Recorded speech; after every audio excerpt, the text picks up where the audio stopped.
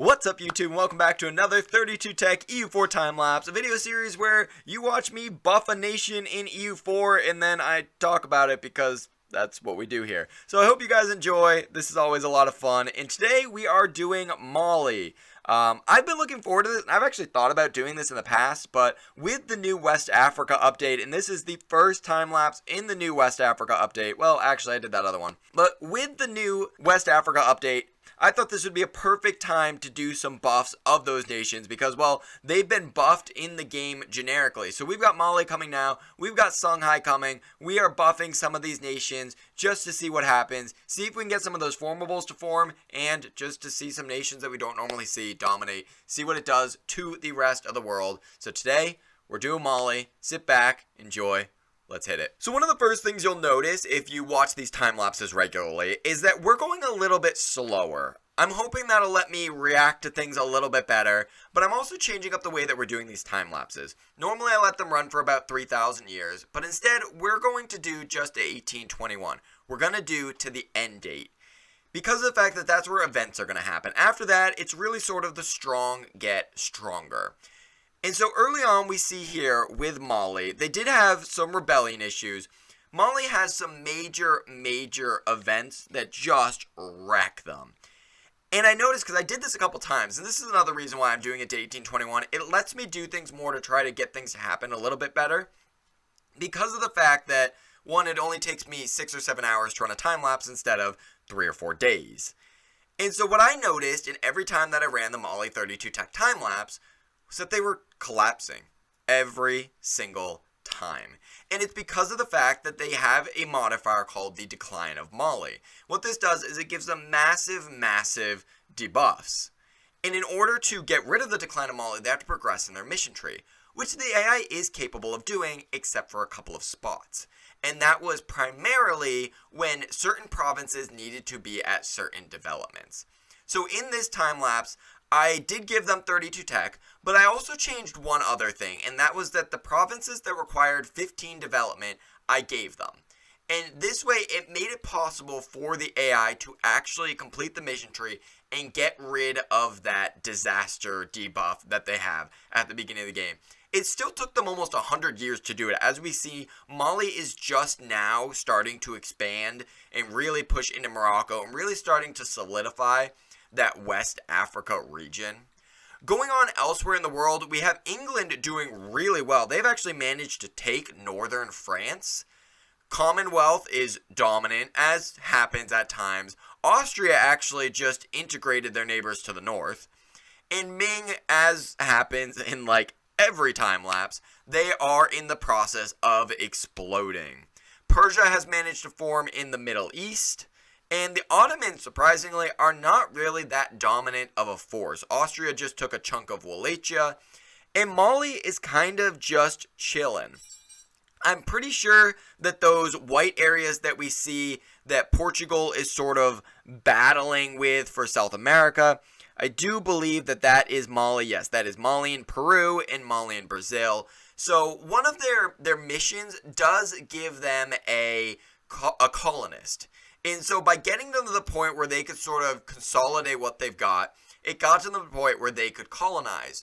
Which is fun because that's sort of what we want to see out of Mali. We want to see a colonial Mali because they actually have achievements for that. They're supposed to be the one West African country that sort of gets pushed in that direction.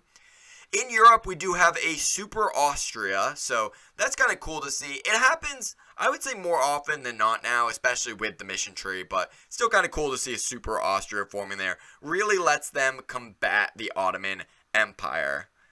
Mali and Portugal, and I guess we do see England starting to colonize now. Really not much colonial game from Spain, so that's something interesting. Obviously not France because they've been absolutely destroyed. The surprise colonial game here, though, has got to be that Mamluki in Australia. That is definitely not something that we see every day. I'm glad to see that. Although, I will say it's not the first time that I've seen the Mamluks take Australia, so I guess they like the Aussies from down under. Ming at this point is completely gone, and China is a mess. This is another thing that we've seen a lot lately, where Ming just does not have any capability to hold its territory together. And around this point, we're really starting to see the benefit that Mali had from having that tech advantage, and that they were able to colonize so much of the New World. But with great power comes great responsibility, and they are not able to hold their colonial gains together. We see Chile pop out. We see Peru pop out, really weakening the Mali state and their ability to expand. I love that in England right now, or in Western Europe right now, we've got France in northern France and England in southern France, which you would think if it was going to expand naturally, it'd be the opposite of that. Venice, I believe, has managed to take Greece in southern Italy, helping the Austrians to knock the Ottomans out. That Austria is getting thick. Kashmir is the dominant power in Asia. Not gonna lie, not something that I saw coming. Florida only owns the Panhandle, and we have both Canada and Spanish Canada. In case you want to speak French or Spanish, you know where to go. The Netherlands have formed in northwestern Europe. I will get my east and west mixed up. I get it mixed up all the time. It'll happen. I'm going to apologize now for it so I don't have to apologize for it later. The Mamelukes are holding their colonial gains together, so that's pretty awesome. And Florida finds itself getting beaten back by the United States and now controls zero territory in Florida. Austria is just saying that we're Europe now and continues to expand, while Mali really hasn't done anything. I truthfully thought they were going to do more expanding, even into a place like the Congo. You've got other areas in Africa that you expand into, but they were really content just to own West Africa and then take their holdings in North and South America and sit on them. Might be one of the reasons they were able to control Mali and Mexico and Mali and Brazil. I say that as they immediately lose wars to Peru and Chile. But that is going to bring us to 1821, the end of this time lapse. So somehow Galicia exists. They're not a vassal of Spain. They're actually allied to Spain, and they're revolutionary. This Austria is ridiculously powerful for only doing a 400-year time lapse. They took almost all of Germany and ate into France. Venice, we also see attempting to form Italy. That's pretty cool. Did not realize this when the time lapse was running, that Mali took Bengal and Malaya. So that's kind of cool. Ming does still exist, and Korea just decided to unite the Manchu tribes to the best of their ability. Not great ability, but to the best that they could do. I also love that in North and South America, they took the west coast of North America and the east coast of South America because reasons. Religiously, Protestantism did bad. That Catholic Austria basically wiped out Protestantism. It does survive slightly in France, and the rest of the world is largely Sunni. This is not surprising. The colonial gains that Mali made really spread that Sunni into the North and South American regions. We do have the Anglican, where the British expanded, and then, as usual, Asia is just a melting pot of everything. Culturally, we also see a little bit of that melting pot.